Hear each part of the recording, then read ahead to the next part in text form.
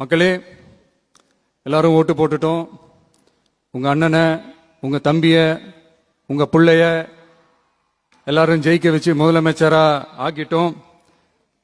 அதனால நம்ம கடமையெல்லாம் முடிஞ்சிருச்சுன்னு சொல்லி யாரும் ஒதுங்கி போயிடாதீங்க. இனிமேதான் நீங்க நம்மளோடவே கூடவே இருக்கணும். உறுதியா நம்ம அரசோடவே கூட இருக்கணும். இல்ல இப்ப தெரியுதா, கேக்குறீங்கல்ல, எதுக்கு அரசியல் பேசுறீங்க? ஏன் அரசியல் பேசுறீங்க? உங்களுக்கு என்ன எதனா பணம் கொடுக்கறாங்களா, இல்ல எதனா உங்களுக்கு பதவி குடுத்துக்கிறாங்களா?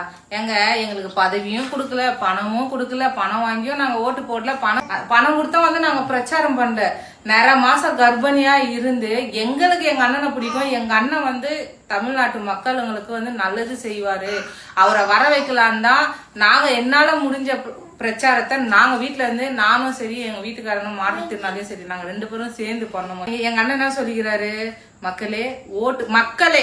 ஏன்னா ஃபர்ஸ்ட் அண்ணன் என்ன சொல்றாரு, தங்கச்சிங்க, தம்பிங்க, அக்காங்க, அண்ணனுங்க, அம்மாங்க, அப்பாங்க, அதுவே சொல்லிட்டு தான் அதுக்கப்புறம் சொல்லிக்கிறாரு, ஓட்டு போட்டுட்டு உங்க கடமை முடிஞ்சிச்சுன்னு நினைக்காதீங்க. இதுக்கப்புறம் என் கூட நின்று நீங்க இன்னும் நிறைய வேலை செய்யணும் அப்படின்னு சொல்லியிருக்காரு.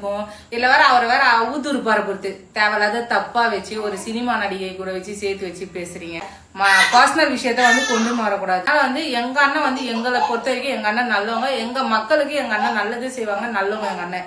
ஏன் சொல்றேன்னா, அரசியல் பேசாதுன்னு நீங்க சொல்லக்கூடாது.